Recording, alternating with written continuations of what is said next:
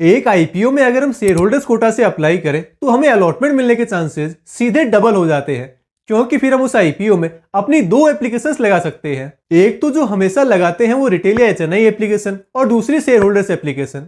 वैसे अब ये कोई हिडन ट्रिक नहीं है, क्योंकि आईपीओ में शेयर होल्डर्स कोटा का कॉन्सेप्ट और उसकी इंपॉर्टेंस अब सब लोग अच्छे से जानते हैं। तो अब यहाँ भी अलॉटमेंट मिलना कोई उतना भी आसान नहीं है। पर हाँ, ये है कि अगर हम थोड़ा स्ट्रेटेजिक तरीके से अप्लाई करें तो बाकियों के मुकाबले अपने अलॉटमेंट चांसेस जरूर बढ़ा सकते हैं। क्योंकि शेयर होल्डर्स कोटा का कॉन्सेप्ट तो बहुत कॉमन हो चुका है, लेकिन इसमें अलॉटमेंट का प्रोसेस क्या है, अलॉटमेंट कैसे फाइनलाइज होता है, इस पर ज्यादा क्लैरिटी अभी तक नहीं है। हम रिटेल कैटेगरी में जैसे एक लॉट के लिए अप्लाई करते हैं, वैसे ही शेयर होल्डर्स कैटेगरी में भी बस एक लॉट के लिए ही अप्लाई कर देते हैं और उम्मीद करते हैं कि हमें अलॉटमेंट मिल जाए।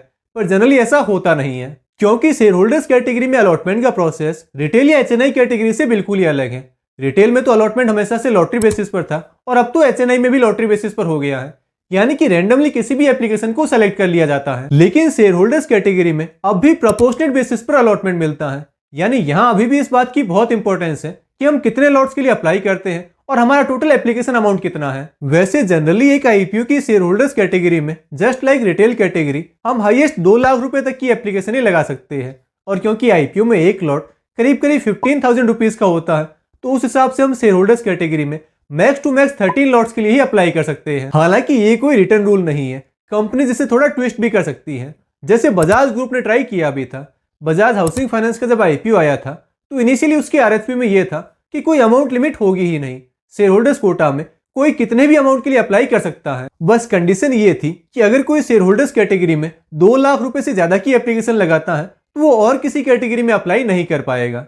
लेकिन फिर बहुत बैकलैश और क्रिटिसिज्म के बाद इन्होंने इसे रिवर्स किया और शेयर होल्डर्स कोटा को वही 2 लाख रुपए पर ही रखा। अगर अमाउंट पर ये कैपिंग ना हो तो हम जैसों को शेयर होल्डर्स कैटेगरी में कभी अलॉटमेंट मिलेगा ही नहीं, क्योंकि जो अल्ट्रा एचएनआईज है वो करोड़ों रुपए की एप्लीकेशन लगाएंगे और प्रोपोर्शनेट बेसिस पर सब शेयर्स उन्हें ही अलॉट होंगे। क्योंकि प्रोपोर्शनेट बेसिस में जो जितने ज्यादा शेयर्स के लिए अप्लाई करता है उसे उतने ही ज्यादा शेयर्स मिलते हैं। बट थैंकफुली ये 2 लाख रुपए की लिमिट है, तो ऐसा कुछ भी नहीं है। और इस 2 लाख रुपए में जैसा हमने पहले बात की है, हम हाईएस्ट 13 लॉट्स के लिए ही अप्लाई कर सकते हैं। अब यहाँ मैं आपको एक बात बता दूं कि किसी भी आईपीओ की शेयर होल्डर्स कैटेगरी में हम जितने ज्यादा लॉट्स के लिए अप्लाई करेंगे, हमें अलॉटमेंट मिलने के चांसेस भी उतने ही ज्यादा होंगे। इसलिए अगर आपके लिए पॉसिबल हो तो हर बार शेयर होल्डर्स कोटा में आप उसकी हाईएस्ट लिमिट यानी 13 लॉट्स के लिए अप्लाई कीजिए, और अगर 13 ना भी हो तो बस एक लॉट के लिए अप्लाई करने की बजाय तो आप जितने ज्यादा लॉट्स के लिए अप्लाई करेंगे उतना आपके लिए अच्छा है। हालांकि इसका मतलब ये बिल्कुल भी नहीं है कि एक लॉट अप्लाई करने वालों को अलॉटमेंट नहीं मिलता,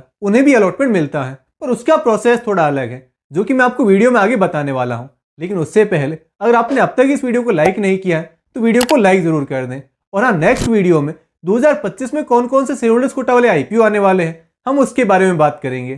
तो उसके लिए आप अभी से इस चैनल को सब्सक्राइब जरूर कर लें। अब देखिए, शेयर होल्डर्स कैटेगरी में हमें अलॉटमेंट मिलेगा या नहीं, ये मेनली 2 बातों पर डिपेंड करता है। शेयर होल्डर्स कोटा कितना ओवर सब्सक्राइब हुआ है और हमने कितने लॉट्स के लिए अप्लाई किया है। शेयर होल्डर्स पोर्शन जितना ओवर सब्सक्राइब होता है, अगर हम उतने या उससे ज्यादा लॉट्स के लिए अप्लाई करते हैं तो हमें गारंटीड एक लॉट तो मिल जाएगा। जैसे मान लो एक आईपीओ का शेयर होल्डर्स कोटा 7 टाइम्स यानी कि 7 गुना ओवर सब्सक्राइब हुआ है। अब ऐसे में अगर हमने 7 लॉट के लिए अप्लाई किया है तो ये 100% श्योर है कि हमें एक लॉट तो मिल जाएगा। अगर 7 से ज्यादा लॉट्स के लिए अप्लाई करते हैं, लेट सपोज 10 लॉट के लिए अप्लाई किया है, तो प्रोपोर्शनेट बेसिस पर एक पूरा लॉट और ऊपर कुछ एक्स्ट्रा शेयर्स हमें अलॉट होंगे। लेकिन अगर हम 7 से कम लॉट के लिए अप्लाई करते हैं, मान लो शेयर होल्डर्स कैटेगरी में हमने 5 लॉट के लिए अप्लाई किया है, तो ऐसे में फिर प्रोपोर्शनेट की बजाय हमें लॉटरी बेसिस पर ही अलॉटमेंट मिलेगा और हमारे अलॉटमेंट चांसेस होंगे 5 आउट ऑफ 7, यानी कि 7 लोगों में से किन्हीं 5 को ही अलॉटमेंट मिलेगा। और अगर हम बस एक लॉट के लिए अप्लाई करते हैं तो अलॉटमेंट मिलने के चांसेस होंगे 1 आउट ऑफ 7, यानी जितने कम लॉट्स के लिए हम अप्लाई करेंगे हमें अलॉटमेंट मिलने के चांसेस उतने ही कम होंगे। तो आई गेस अब तक आप ये तो समझ गए होंगे कि शेयर होल्डर्स कोटा में प्रोपोर्शनेट बेसिस की लग्जरी हमारे पास तब तक ही है जब तक वो 13 टाइम से ज्यादा ओवर सब्सक्राइब ना हो, क्योंकि हम हाईएस्ट 13 लॉट्स के लिए ही अप्लाई कर सकते हैं। जैसे ही एक आईपीओ का शेयर होल्डर्स कोटा 13 टाइम से ज्यादा ओवर सब्सक्राइब हुआ तो उसमें फिर गारंटीड अलॉटमेंट जैसी कोई चीज नहीं होगी, लॉटरी बेसिस पर ही अलॉटमेंट डिसाइड होगा। लेकिन ये भी रिटेल की तरह नहीं होता। रिटेल कैटेगरी में तो हमने चाहे एक लॉट के लिए अप्लाई किया हो या 10 लॉट के लिए, उन सब एप्लीकेशंस को एक साथ कंबाइन करके रैंडम बेसिस पर सिलेक्शन होता है। लेकिन शेयर होल्डर्स कैटेगरी में हमने कितने लॉट्स के लिए अप्लाई किया है इसकी बहुत इंपॉर्टेंस होती है।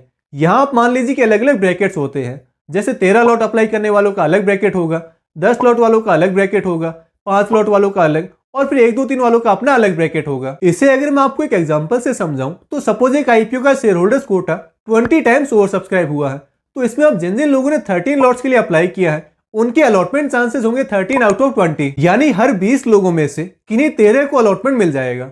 जिसने 10 लॉट के लिए अप्लाई किया है उसके अलॉटमेंट चांसेस होंगे 10 आउट ऑफ 20, या कहें 1 आउट ऑफ 2। जिसने 5 लॉट के लिए अप्लाई किया है उसके लिए 5 आउट ऑफ 20, यानी 1 आउट ऑफ 4। और जिसने शेयर होल्डर्स कोटा में बस एक ही लॉट के लिए अप्लाई किया है उसके अलॉटमेंट चांसेस होंगे 1 आउट ऑफ 20, यानी एक एक लॉट के लिए अप्लाई करने वाले हर 20 लोगों में से किसी एक को ही अलॉटमेंट मिलेगा। तो अगर हम 13 लॉट्स वाली एप्लीकेशन को एक लॉट वाली एप्लीकेशन से कंपेयर करें तो एक तरफ तो 20 में से 13 लोगों को अलॉटमेंट मिलेगा और एक तरफ 20 लोगों में से किसी एक को ही अलॉटमेंट मिलेगा, यानी कि पहले वाली एप्लीकेशन में अलॉटमेंट मिलने के चांसेस 13 टाइम्स ज्यादा होंगे। इसलिए शेयर होल्डर्स कैटेगरी में हम जितने ज्यादा लॉट्स के लिए अप्लाई करें उतना हमारे लिए बेनिफिशियल है। हालांकि इसका मतलब ये नहीं है कि एक लॉट अप्लाई करने वालों को अलॉटमेंट नहीं मिलेगा।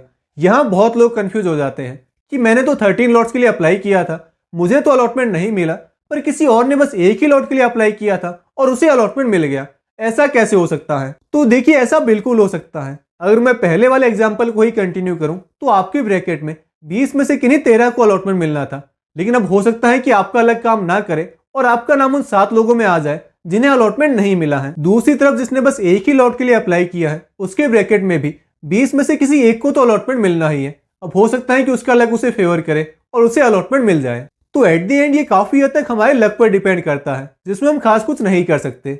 बस ये है कि जितने ज्यादा लॉट्स के लिए अप्लाई करेंगे हमें अलॉटमेंट मिलने की प्रोबेबिलिटी उतनी ही ज्यादा होगी। तो दोस्तों, आई होप कि अलॉटमेंट का ये पूरा प्रोसेस मैं आपको इजी लैंग्वेज में अच्छे से समझा पाया हूँ। अगर ऐसा है तो आप इस वीडियो को लाइक कर दें और चैनल को सब्सक्राइब जरूर कर लें, ताकि आपको आगे भी ऐसे ही और वीडियोज मिलते रहे।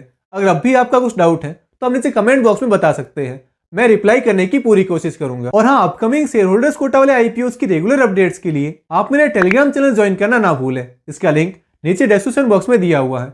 वहीं आईपीओ में शेयर होल्डर्स कोटा को लेकर अगर आपका कुछ भी डाउट है तो आप मेरा ये वाला वीडियो देख सकते हैं, इसमें आपके सारे सवालों के जवाब मिल जाएंगे। हमारी फिर मुलाकात होगी अगले वीडियो में, तब तक के लिए गुड बाय।